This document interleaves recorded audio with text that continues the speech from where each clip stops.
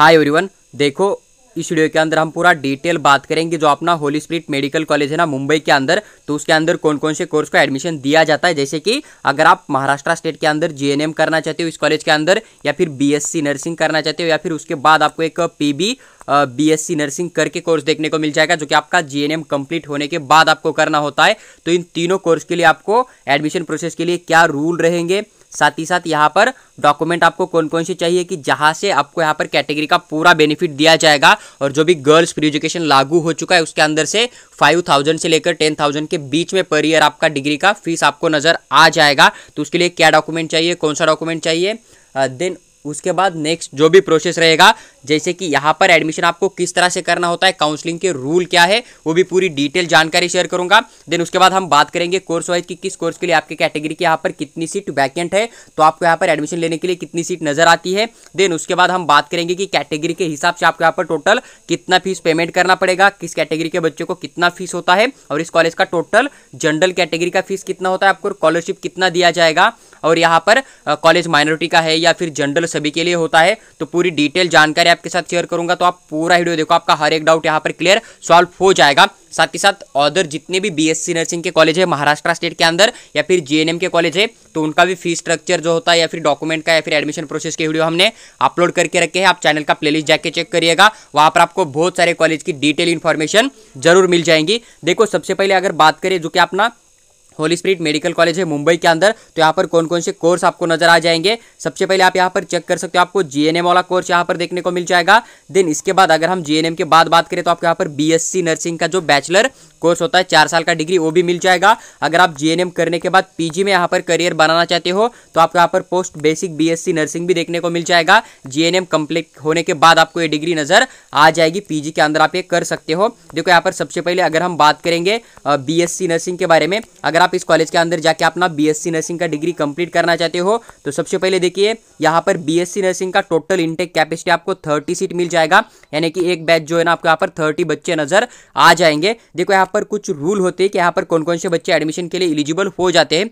अगर आप इस कॉलेज के अंदर बीएससी नर्सिंग करना चाहते हो तो आपके लिए यहाँ पर एक एलिजिबिलिटी होती है। तो एलिजिबिलिटी क्या है, सबसे पहले यहाँ पर उन्हीं बच्चों का एडमिशन दिया जाता है जो कि यहाँ पर फीमेल स्टूडेंट है, यहाँ पर मेल स्टूडेंट को एडमिशन नहीं दिया जाता। लेकिन एक पते की बात बताऊँ, अगर यहाँ पर लास्ट राउंड काउंसलिंग जो भी होता है ना ऑनलाइन का 6 राउंड हो जाएंगे या फिर 5 राउंड हो जाएंगे ना, वहाँ तक अगर 30 seat as a female student ने बुक नहीं किया, एक आधा सीट अगर लास्ट राउंड में बच जाता है और वहां पर कोई मेल स्टूडेंट चॉइस फिलिंग कर देता है, कॉलेज को डाल देता है इस कॉलेज का नेम चॉइस फिलिंग के अंदर, तो देन वहां पर मेल स्टूडेंट को भी अलॉटमेंट हो सकता है, लेकिन सीट वैकेंट होगा तभी अलॉटमेंट हो जाएगा। बाकी इन्होंने यहाँ पर मेंशन किया है रूल, तो यहाँ पर फर्स्ट राउंड से लेकर लास्ट राउंड तक जस्ट जितने भी फीमेल स्टूडेंट है उन्हें अलॉटमेंट किया जाएगा। लेकिन लास्ट राउंड में या फिर 4th राउंड के अंदर कोई फीमेल स्टूडेंट यहाँ पर चॉइस फिलिंग नहीं डालता है, इसका सीट वैकेंट हो जाता है, तो देन उस कंडीशन के अंदर अगर कोई लड़का चॉइस फिलिंग करेगा देन भी उसे भी यहाँ पर अलॉटमेंट किया जाता है। और इसी कॉलेज के लिए नहीं, बाकी जितने भी कॉलेज है ना वुमन के लिए भी स्पेशल, उनके लिए भी यही सेम फॉर्मूला यहाँ पर फॉलो होता है, ना कि रूल को ब्रेक करके अगेंस्ट जाके भी यहाँ पर अलॉटमेंट होता है। इस बात का आपको ध्यान रखना है। बस यहाँ पर इन्होंने और एक बात मेंशन किया है कि अनमैरिड स्टूडेंट ही यहाँ पर एडमिशन ले सकते हैं। देखो देन इन्होंने यहाँ पर और एक सेकंड पॉइंट मेंशन किया कि आपका 17 साल मिनिमम कंप्लीट होना चाहिए। अगर आप 2025 के अंदर एडमिशन करना चाहते हो ना, तो इस साल का जो 31 दिसंबर है वहां तक आपका 17 साल कंप्लीट होना चाहिए, तभी आपको एडमिशन दिया जाएगा। अगर आपका 17 साल कंप्लीट नहीं है तो आपको यहाँ पर कोई भी एडमिशन नहीं दिया जाएगा। देन उसके बाद अगर बात करें तो आपका जो मैक्सिमम एज है यहाँ पर 35 साल होना चाहिए, यानी कि आपका अगर एज 35 से ज़्यादा है तो आपको इस कॉलेज के अंदर एडमिशन नहीं दिया जाएगा। चाहे आपका बीएससी नर्सिंग जो अभी एग्जाम हो चुका था ना सीईटी का, उसके अंदर कितना भी ज़्यादा परसेंटाइल स्कोर क्यों ना हो, हालांकि जो भी आपका ब्राउचर आ जाएगा सीईटी सेल का काउंसलिंग के लिए, वहाँ पर जो रूल मेंशन होंगे ना वही रूल यहाँ पर फॉलो करना होगा। लेकिन इन्होंने यहाँ पर इनका खुद का रूल मेंशन किया कि आपका 35 ईयर अगर कंप्लीट हुए होंगे तो देन आप यहाँ पर एडमिशन नहीं कर सकते। देखो देन उसके बाद इन्होंने यहाँ पर मेंशन किया कि आपके पास 12th क्लास पास आउट होने के जो है डॉक्यूमेंट होना चाहिए, मार्कशीट आपके पास होना चाहिए, और 12वीं के अंदर आपका physics chemistry biology and English subject जो है कंपलसरी होना चाहिए। अगर आपका नहीं होगा तो देन आपको यहाँ पर कोई भी एडमिशन नहीं दिया जाएगा। उसके बाद देखो पीसीबी का जो परसेंटाइल है ना, तो आपका 45 होना चाहिए, इस बात का आपको ध्यान रखना है। 12वीं के अंदर जो आपका फिजिक्स केमिस्ट्री बायोलॉजी है ना, तीनों का मिलाकर आपका 45 परसेंटाइल स्कोर होना चाहिए, इस बात का आपको ध्यान रखना है। उसके बाद देखो आपकी कंडीशन जो है ना गुड होनी चाहिए, मतलब आपको कोई डिसीज वगैरह नहीं होना चाहिए। आपके पास इंग्लिश का बहुत सारा नॉलेज भी यहाँ पर होना चाहिए, मतलब आपको इंग्लिश सामने वाला किस तरह से बोलता है वो समझ में आना चाहिए। बाकी ज़्यादा डिफिकल्ट कोई चीज़ नहीं है। देखो अगर हम बात करें उसके बाद कि अगर आपको कॉलेज अलॉटमेंट होगा तो एडमिशन के लिए कौन कौन से डॉक्यूमेंट आपके पास होने चाहिए। सबसे पहले आपके पास यहाँ पर अपना एडमिट कार्ड होना चाहिए। अभी जो आपने एग्जाम देके रखा था ना 7 तारीख को, तो उसका एडमिट कार्ड आपके पास होना चाहिए, जहाँ से कि आपने नर्सिंग सीईटी के थ्रू एग्जाम देके रखा तो एडमिट कार्ड आपके पास होना चाहिए। देन उसके बाद आपको अभी रिजल्ट आने के बाद एक ऑनलाइन काउंसलिंग करनी होती है सीईटी सेल के ऊपर जाके, तो वहाँ पर जो आप काउंसलिंग का एप्लीकेशन फॉर्म फिल करोगे ना उसका प्रिंट आउट भी आपके पास होना चाहिए। देन उसके बाद अगर बात करें 3rd नंबर का, तो महाराष्ट्र नर्सिंग सीईटी का जो मार्कशीट आपको अभी मिल जाएगा ना वो मार्कशीट आपके पास होना चाहिए। साथ ही साथ जब काउंसलिंग का आप एप्लीकेशन फॉर्म फिल करोगे उसके कुछ दिन बाद राउंड 1 हो जाएगा, वहाँ पर कॉलेज के चॉइस फिलिंग करनी होती है। तो वहाँ से फिर जब आप कॉलेज डालोगे, आपको अगर स्कोर के हिसाब से सीट अलॉटमेंट हो जाता है तो आपको एक अलॉटमेंट लेटर या फिर सिलेक्शन लेटर मिल जाता है, तो वो भी आपके पास होना चाहिए। आपके पास सिलेक्शन लेटर नहीं होगा तो आपको अलॉटमेंट नहीं होगा, आपका चाहे कितना भी ज्यादा परसेंटाइल क्यों ना, इसलिए आपको काउंसलिंग बहुत अच्छे से करनी होती है, इस बात का आपको ध्यान रखना है। देन उसके बाद अगर 4th नंबर की हम बात करें तो आपके पास 10वीं 12वीं का मार्कशीट एंड पासिंग सर्टिफिकेट होना चाहिए। पासिंग सर्टिफिकेट आपको जस्ट 10th क्लास का चाहिए, जिसके ऊपर कि आपकी डेट ऑफ बर्थ मेंशन होती है, और डेट ऑफ बर्थ के प्रूफ के लिए आपके पास वो होना कंपलसरी है। नहीं होगा तो आपको कॉलेज वहां से एडमिशन नहीं देगा, रिजेक्ट भी कर सकता है, इस बात का आपको ध्यान रखना है। देन उसके बाद आपके पास कॉलेज लिविंग सर्टिफिकेट यानी कि अपना टीसी आपके पास होना चाहिए, ट्रांसफर सर्टिफिकेट। उसके बाद आपका बर्थ सर्टिफिकेट होना चाहिए, लेकिन बर्थ डेट के प्रूफ के लिए आपके पास 10th क्लास का पासिंग सर्टिफिकेट होना चाहिए, इस बात का आपका थोड़ा सा ध्यान रखना पड़ेगा। उसके बाद आपके पास महाराष्ट्र स्टेट का डोमासाइल होना चाहिए, क्योंकि जो भी महाराष्ट्र स्टेट है ना बीएससी नर्सिंग कोर्स के लिए क्लोज स्टेट आता है, जिसके पास डोमासाइल नहीं होता है उसको एडमिशन नहीं दिया जाता, इस बात का आपको ध्यान रखना है। यानी कि महाराष्ट्र स्टेट के अंदर जो भी सेमी गवर्नमेंट, प्राइवेट और जो भी गवर्नमेंट कॉलेज है ना, इनके अंदर एडमिशन लेने के लिए आपके पास महाराष्ट्र स्टेट का डोमासाइल होना और महाराष्ट्र स्टेट के अंदर से आपने 10वीं 12वीं पास होना कंपलसरी, इस बात का आपको ध्यान रखना है। अदरवाइज आपको यहाँ पर स्टेट कोटा के अंदर से एडमिशन नहीं दिया जाएगा। देन आपको यहाँ पर आईक्यू कोटा या फिर एनआरआई कोटा, जो भी 3 टाइम्स या फिर 5 टाइम्स या फिर जो जनरल कैटेगरी का फीस होता है ना 1 लाख 1.5 लाख, तो उतना पूरा फीस पेमेंट करके एडमिशन लेना होगा अगर आपके पास डोमासाइल नहीं होता है, फिर 10वीं 12वीं आपने महाराष्ट्र स्टेट से पास आउट नहीं किया है, तो इस बात का आपको ध्यान रखना पड़ेगा। उसके बाद देखो आपके पास यहाँ पर नेशनलिटी सर्टिफिकेट होना चाहिए। डोमासाइल और नेशनलिटी दोनों एक ही के ऊपर मेंशन होता है, या फिर जो अपना टीसी होता है या फिर लिविंग सर्टिफिकेट होता है उसे आप यहाँ पर नेशनलिटी सर्टिफिकेट के नाम पे यूज कर सकते हो। देन उसके पास आपके पास आधार कार्ड होना चाहिए। आधार कार्ड के बाद आपके पास माइग्रेशन सर्टिफिकेट होना चाहिए, सभी के लिए नहीं होता है। अगर आपकी 10वीं की स्कूल अलग है, 12वीं की स्कूल अलग है और अभी आप अलग यूनिवर्सिटी के अंदर जा रहे हो, तो उस कंडीशन के अंदर आपको माइग्रेशन देना होता है। तो ये डिपेंड करता है कि आपने पास्ट क्वालिफिकेशन किस तरह से कंप्लीट किया है, तो ये सभी के लिए नहीं होता है। उसके बाद देखो अगर आप कैटेगरी में आते हो तो आपके पास कास्ट होना चाहिए, कास्ट वैलिडिटी होना चाहिए, और अगर आप ओबीसी उसके बाद अपना जो फीजे कैटेगरी है, फीजे के अंदर एनटी बी आ जाएगा, एनटीसी एनटीडी या फिर एसबीसी कैटेगरी है ना, या फिर एसी बीसी वाला जो नया रिजर्वेशन लागू हुआ है ना उसके अंदर अगर आप आते हो, तो देन उस कंडीशन के अंदर आपके पास एनसीएल यानी कि नॉन क्रीमी लेयर का भी एक डॉक्यूमेंट होना चाहिए इनकम प्रूफ के लिए, कि आपका इनकम जो है जो भी रूल गवर्नमेंट ने बनाया हुआ है ना उसके अंडर आता है। देन उसके बाद आपके पास गैप होना चाहिए। गैप भी सभी के लिए नहीं होता है। अगर आपने 12th क्लास पास आउट किया था और उसके बाद आपने कहीं भी एडमिशन नहीं डाला था, 1 साल का ड्रॉप लिया था, 2 साल का ड्रॉप लिया था, 12वीं का टीसी आपका 12वीं क्लास के अंदर ही पड़ा हुआ है और अभी आपने एग्जाम देके रखा है, अभी आप एडमिशन के लिए सोच रहे हो और आपका 12वीं जो है 1-2 साल पहले कंप्लीट हुआ है, उसके बाद आपने कहीं भी एजुकेशन नहीं लिया है, तो उस कंडीशन के अंदर आपको एक गैप एफिडेविट बनाकर सबमिट करना पड़ता है कि आपने क्यों एजुकेशन नहीं लिया। तो उन्हीं बच्चों के लिए गैप एफिडेविट लगेगा जिन्होंने की ड्रॉप लिया है और 12वीं होने के बाद कहीं भी एडमिशन नहीं डाला है। अगर आपने फर्स्ट ईयर सेकंड ईयर में भी डाला था, वहां से सीधा टीसी आप निकल कर एडमिशन लेने जाओगे ना, तो आपको गैप सर्टिफिकेट सबमिट करने की कोई जरूरत नहीं होगी। उसके बाद आपको मेडिकल फिटनेस होता है जो कि आपको एचके फॉर्मेट में चाहिए, और ये फॉर्मेट मैंने एक वीडियो बनाकर अपलोड किया है, आप जाइएगा बीएससी नर्सिंग का प्लेलिस्ट चेक करिएगा, वहां पर आपको मेडिकल फिटनेस का डॉक्यूमेंट देखने को मिल जाएगा कि मेडिकल फिटनेस आपको किस फॉर्मेट में चाहिए। फिर हमारा टेलीग्राम ग्रुप ज्वाइन कर लीजिएगा, वहां पर भी हम आपको पीडीएफ अपलोड करके रखे हैं और एक बार आपको अपलोड करके आपके साथ जरूर शेयर करेंगे। देखो यहाँ पर डिटेल्स ऑफ एडमिशन प्रोसेस की बात करें तो देखो इसको आप थोड़ा सा इग्नोर कर सकते हैं, इसको मत रीड करिएगा।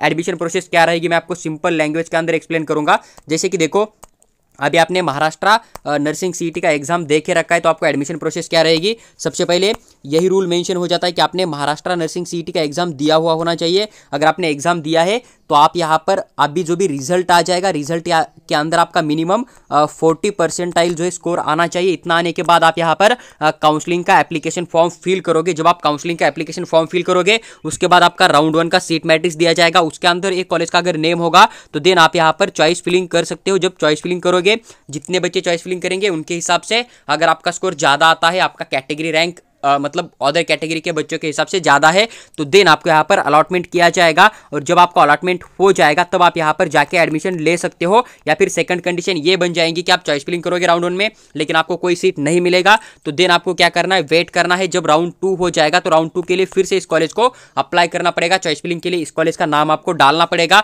और फिर आपको राउंड 2 में भी अलॉटमेंट हो सकता है। ऐसा करके राउंड 2 में भी ना हुआ तो आप सीधा थर्ड राउंड के लिए चॉइस फिलिंग करोगे, थर्ड राउंड में अलॉटमेंट हो जाएगा, अगर हो गया तो आप एडमिशन लोगे, नहीं हुआ तो आपको फिर से जो है फोर्थ राउंड के लिए अप्लाई करना पड़ेगा। फोर्थ राउंड के अंदर आपको चॉइस फिलिंग करनी पड़ेगी। तो एक प्रोसेस होता है, लगभग 5 to 6 आपको ऑनलाइन राउंड देखने को मिल जाएगा जहां से कि आपको कैटेगरी का बेनिफिट दिया जाता है। लेकिन आपने बीएससी नर्सिंग का एग्जाम देखे रखा था, आपका 40% स्कोर आया था, आपने काउंसलिंग का एप्लीकेशन फॉर्म फिल करके रखा था और आपका स्कोर कम था इसलिए आपको ऑनलाइन अलॉटमेंट नहीं हुआ, तो एक 15% सीट होते हैं जो कि आपको यहाँ पर आईक्यू कोटा यानी कि मैनेजमेंट कोटा की सीट नजर आती है। तो आप कॉलेज के साथ सीधा बात करके स्पॉट एडमिशन होता है, तो स्पॉट एडमिशन में जाके वहां पर जनरल कैटेगरी का जितना भी फीस मैं आपके साथ शेयर करूंगा ना उतना फीस पे करके बिना कोई स्कॉलरशिप लेते हुए आप इस कॉलेज के अंदर सीधा भी एडमिशन कर सकते हो। लेकिन पहले आपको ऑनलाइन काउंसलिंग करना है, ऑनलाइन काउंसलिंग करोगे तो आपको जस्ट 5 to 10,000 के अंदर एडमिशन हो जाएगा। अगर आपको कम स्कोर की वजह से लास्ट तक अलॉटमेंट नहीं हुआ ऑनलाइन काउंसलिंग करके तो उस कंडीशन के अंदर एक स्पॉट राउंड कंडक्ट होता है जो कि 15% मैनेजमेंट कोटा की सीट होती है या फिर जो भी स्टेट कोटा की सीट बची हुई मिलेगी ना उसके अंदर से, तो वहां पर फिर सीधा जाके आप वहां पर अप्लाई करके जनरल कैटेगरी का फीस पे करके आप कम स्कोर के ऊपर भी वहां पर अपना एडमिशन ले सकते हो। देखो ये हो गया अपना बीएससी नर्सिंग का। यही सेम रूल आपको यहाँ पर जीएनएम के लिए देखने को मिल जाएगा। जीएनएम और बीएससी नर्सिंग के लिए एडमिशन प्रोसेस का रूल सेम है, जैसा मैंने आपको अभी बीएससी नर्सिंग का बोल दिया ना उसी टाइप में आपको एप्लीकेशन फॉर्म फिल करना है, देन वहां पर राउंड 1 का चॉइस फिलिंग करना पड़ेगा, राउंड 2 का करना पड़ेगा, सीट मिला तो उस राउंड में ज्वाइन करोगे, बाकी प्रोसेस आपको नहीं करना है। सीट नहीं मिला तो आपको राउंड 5-6 तक ट्राई करना है, तब तक भी नहीं मिला तो देन आप सीधा स्पॉट के लिए ऑफलाइन जाके अप्लाई करोगे, जनरल कैटेगरी का फीस भरोगे और वहां पर अपना एडमिशन कंफर्म करोगे। जीएनएम के लिए भी जो रूल है एडमिशन के लिए जो भी एलिजिबिलिटी है ना सेम एज इट इज है बीएससी नर्सिंग की तरह, जो भी वहां पर डॉक्यूमेंट है आपको सेम चाहिए बीएससी नर्सिंग की तरह ही, तो उसकी बात हम नहीं करेंगे। आप सीधा ब्राउचर के अंदर रीड करिएगा, यही ब्राउचर मैं अपने टेलीग्राम ग्रुप के अंदर शेयर कर दूंगा। जो बीएससी नर्सिंग का है वो एज इट इज आपको जीएनएम के लिए देखने को मिल जाएगा। बस यहाँ पर इंटेक कैपेसिटी की बात करें तो सीट जो है ना 30 सीट ही आपको नजर आ जाएगा जीएनएम के लिए। बस कोर्स ऑफ ड्यूरेशन की बात करें तो जीएनएम आपको 3 साल का देखने को मिल जाएगा जो कि आपका बीएससी नर्सिंग 4 ईयर का कोर्स है, इस बात का आपको ध्यान रखना है। और वही इन्होंने बात मेंशन की, आप एक बार रीड भी कर सकते हो, जैसे कि फीमेल स्टूडेंट होना चाहिए, अनमैरिड होना चाहिए, आपका जो 17 साल जो है ना कंप्लीट होना चाहिए और आपका एडमिशन के लिए मैक्सिमम एज 35 ईयर्स होना चाहिए, 12वीं आप पास होनी चाहिए। यहाँ पर कोई बोर्ड वगैरह मतलब जैसे कि पीसीबी होना कंपलसरी नहीं है। जीएनएम अगर आप आर्ट्स से भी पास आउट हुए होगा ना तो भी आपको यहाँ पर कोई प्रॉब्लम नहीं आ जाएगा। बस आपका 40 परसेंटाइल स्कोर जो है इंग्लिश के अंदर होना चाहिए और 45 जो है ना टोटल 12th क्लास के अंदर आपका स्कोर होना चाहिए। आपके पास इंग्लिश का थोड़ा बहुत नॉलेज होना चाहिए, आप यहाँ पर मेडिकली फिट होने चाहिए। डॉक्यूमेंट भी आपको यहाँ पर सेम देखने को मिल जाएगा, कैटेगरी का बेनिफिट भी मिल जाएगा, एडमिशन प्रोसेस भी आपका यहाँ पर सेम होता है। देखो अभी बीएससी नर्सिंग की बात करें तो जब आप जीएनएम का डिग्री कंप्लीट करोगे ना तो उसके बाद पीजी के अंदर आपको एक डिप्लोमा देखने को मिल जाएगा जिसको कि आप यहाँ पर पोस्ट बेसिक बीएससी नर्सिंग बोल सकते हो। तो आपका 2 साल का कोर्स होता है, 20 सीट की टोटल इंटेक कैटेगरी मिल, टोटल 20 सीट की यहाँ पर इंटेक कैपेसिटी आपको देखने को मिल जाएगी। यहाँ पर भी जस्ट फीमेल स्टूडेंट को ही एडमिशन दिया जाता है क्योंकि वुमन कोटा का कॉलेज आपको मिल जाएगा। ये जहाँ पर आपकी 50 साल की होनी चाहिए क्योंकि आप एक बैचलर डिग्री कंप्लीट करके फिर यहाँ पर एडमिशन कर रहे हो। देन इन्होंने यहाँ पर मेंशन किया कि आप जीएनएम पास आउट होने चाहिए, आपका 50 परसेंटाइल स्कोर होना चाहिए और आपके पास यहाँ पर महाराष्ट्र स्टेट का स्टेट नर्सिंग काउंसलिंग जो होता है ना वहाँ का रजिस्ट्रेशन होना चाहिए। आपकी कंडीशन थोड़ी गुड होनी चाहिए, आपके पास इंग्लिश का नॉलेज होना चाहिए। डॉक्यूमेंट की बात करें तो वही आपको 12वीं के डॉक्यूमेंट होने चाहिए और आपने जो जीएनएम कंप्लीट किया ना वो डॉक्यूमेंट आपके पास यहाँ पर होना कंपलसरी होता है। तो ये मैंने जितने भी कोर्स थे तो कोर्स वाइज आपको क्या प्रोसेस रहेगा, क्या आपके पास डॉक्यूमेंट होने चाहिए, आपके रूल्स क्या है, पूरा डिटेल इन्फॉर्मेशन शेयर किया है। अभी हम बात करेंगे कि इस कॉलेज के अंदर अगर आप बीएससी नर्सिंग जीएनएम या फिर पीबी बीएससी नर्सिंग के लिए एडमिशन करना चाहते हो तो आपको कैटेगरी के हिसाब से इस साल जो है 2025 के लिए कितना फीस पेमेंट करना होगा। देखो जो अपना Holi spirit institute of nursing education है ना मुंबई के अंदर एक कॉलेज आपको देखने को मिल जाएगा। इसके अगर फीस स्ट्रक्चर की बात करें लास्ट ईयर का, अगर हम बात करें यहाँ पर बीएससी नर्सिंग कोर्स के लिए तो देखिए यहाँ पर आपको 30 सीट देखने को मिल जाएगा। अगर 2022-23 का फीस की बात करें तो जो आपका ट्यूशन फीस होता है ना प्लस डेवलपमेंट फीस तो आपको 95,000 देखने को मिल जाएगा। अगर कोई बच्चा जनरल कैटेगरी के थ्रू यहाँ पर एडमिशन करेगा या फिर स्पॉट में जाके एडमिशन करेगा ना, तो इसको पूरा फीस पेमेंट करना होता है। लेकिन ये कॉलेज गर्ल्स के लिए लागू होता है ना, इसलिए अगर कोई गर्ल स्टूडेंट यहाँ पर एडमिशन कर रहा है और आपका इनकम अगर लेस देन जो भी रूल आता है महाराष्ट्र नर्सिंग सीईटी सेल का उसके अंदर आ जाता है, तो देन आपको यहाँ पर जस्ट डेवलपमेंट फीस ही पे करना होता है। और अगर इसका ट्यूशन फीस और डेवलपमेंट फीस दोनों मिलाकर 95,000 है ना, तो आपको यहाँ पर मैक्सिमम जो है 10,000 के आसपास जो है एक साल का फीस देखने को मिल जाएगा। यानी कि 4 साल आपका डिग्री जो है ना 40,000 के अंदर कंप्लीट होता हुआ नजर आ जाएगा, अगर आपका इनकम लेस देन जो भी रूल मेंशन होगा ना महाराष्ट्र स्टेट गवर्नमेंट का उसके अंदर आ जाता है तो। और बाकी जो फीस है महाराष्ट्र गवर्नमेंट आपको यहाँ पर पे कर देगा। अगर बॉय स्टूडेंट है तो कैटेगरी के यहाँ पर हिसाब से यहाँ पर डिवाइड होता है, लेकिन ये कॉलेज जस्ट गर्ल्स के लिए है, इसलिए यहाँ पर गर्ल्स की बात करेंगे तो आपको यहाँ पर पूरा का पूरा ट्यूशन फीस जो है गवर्नमेंट पे करेगा। आपको जस्ट यहाँ पर डेवलपमेंट फीस पे करना होता है, जो कि एक साल का आपको 10,000 के आसपास नजर आ जाएगा। तो बस इतना ही फीस आपको देना है बीएससी नर्सिंग कोर्स के लिए। उसके बाद देखो यहाँ पर पोस्ट बेसिक बीएससी नर्सिंग होता है जीएनएम के बाद में, तो यहाँ पर अगर इसकी फीस की बात करें तो 2 साल का कोर्स आपको देखने को मिल जाएगा। 67,000 आपको यहाँ पर जो है ट्यूशन प्लस डेवलपमेंट फीस दोनों मिलाकर देखने को मिल जाएगा। उसके बाद देखो यहाँ पर अगर बात करें जो कि आपका जनरल नर्सिंग जो है ना जीएनएम कोर्स, इसके लिए अगर बात करें तो 60,000 के आसपास, यानी कि यहाँ पर इस साल आप 65,000 के आसपास लेके चल सकते हो। यहाँ पर भी जीएनएम के लिए भी सेम कैटेगरी के हिसाब से अगर आपका इनकम लेस देन आता है तो आपको यहाँ पर 6,000 पर ईयर के आसपास जो है फीस जीएनएम कोर्स के लिए देनी होती है। इस बात का आपको ध्यान रखना है। और जो बाकी फीस होती है ना, जैसे कि इन्होंने यहाँ पर एग्जाम फीस वगैरह मेंशन किया है, तो ये जब आप एडमिशन करोगे, जब आपकी एग्जाम आ जाएगी तब कॉलेज आपसे ले लेगा, तो ये फीस ज़्यादा नहीं होती। अदर फीस की बात करें तो 5 to 6,000 लेके चलेगा। और जो आपका ट्यूशन फीस होता है जो कि आपको हर साल पे करना होता है, गर्ल स्टूडेंट हो इनकम कम आ रहा है तो पूरा का पूरा 100% गवर्नमेंट पे करेगा। महाडीबीटी के थ्रू आपको स्कॉलरशिप दिया जाएगा। लेकिन अगर आपका इनकम ज़्यादा है या फिर आपके पास कैटेगरी के डॉक्यूमेंट नहीं है, तो उस कंडीशन के अंदर आपको पूरा का पूरा बीएससी नर्सिंग कोर्स का जितना फीस मेंशन है, फिर जीएनएम का जितना मेंशन है ना, उतना टोटल अमाउंट यहाँ पर आपको पे करना होगा। तो जो भी फीस स्ट्रक्चर था उसकी डिटेल जानकारी मैंने आपके साथ शेयर की है। अभी हम बात करेंगे यहाँ पर कि कैटेगरी के हिसाब से जो सीट मैट्रिक्स है ना, उसके अंदर सीट किस तरह से इन्होंने डिस्ट्रीब्यूट किया हुआ है। बात करें हॉली स्पिरिट इंस्टीट्यूट जो है ना नर्सिंग का मुंबई के अंदर, इसके सीट मैट्रिक्स के बारे में, तो देखो एक क्रिश्चियन माइनॉरिटी का कॉलेज आपको मिल जाएगा। यानी कि अगर कोई क्रिश्चियन माइनॉरिटी का बच्चा है वो यहाँ पर चॉइस फिलिंग करेगा और उसका जस्ट महाराष्ट्र नर्सिंग सीटी के अंदर 40% भी स्कोर आ रहा है ना, तो भी उसको राउंड 1 के अंदर एक कॉलेज अलॉटमेंट होने का 100% चांस बन जाएगा। लेकिन अगर आप किसी अदर कैटेगरी में भी आते हो ना, देन भी आप इस कॉलेज को राउंड 1 से लेकर लास्ट राउंड तक ट्राई करिएगा, क्योंकि यहाँ पर अगर कोई क्रिश्चियन कैटेगरी की गर्ल्स चॉइस फिलिंग नहीं करेगी, इस कॉलेज को नहीं डालेगी, तो उस कंडीशन के अंदर अदर कैटेगरी की गर्ल्स को भी यहाँ पर इजीली सीट अवेलेबल हो जाता है। अगर हम बात करें यहाँ पर टोटल, तो टोटल आपको 26 सीट देखने को मिल जाएगा। ये गर्ल्स का कॉलेज है, इसलिए यहाँ पर जस्ट वुमन कोटा ही इन्होंने यहाँ पर मेंशन किया है। बाकी जनरल के थ्रू कोई भी सीट किसी भी कैटेगरी के लिए नहीं है। लेकिन अगर क्रिश्चियन का कोई लड़की यहाँ पर एडमिशन के लिए नहीं अप्लाई करती है, तो बाकी अदर गर्ल्स को यहाँ पर 100% एडमिशन दिया जाता है। और कोई गर्ल्स ही नहीं डालेगी तो यहाँ पर बॉयज को भी अलॉटमेंट हो सकता है। और मैंने आपको अदर एक कोटा बोल दिया था, जो कि आप सीधा एडमिशन ले सकते हो ज़्यादा फीस पे करके बिना स्कॉलरशिप के। तो यहाँ पर आईक्यू कोटा की 15% सीट में से 4 सीट आपको देखने को मिल जाएगा।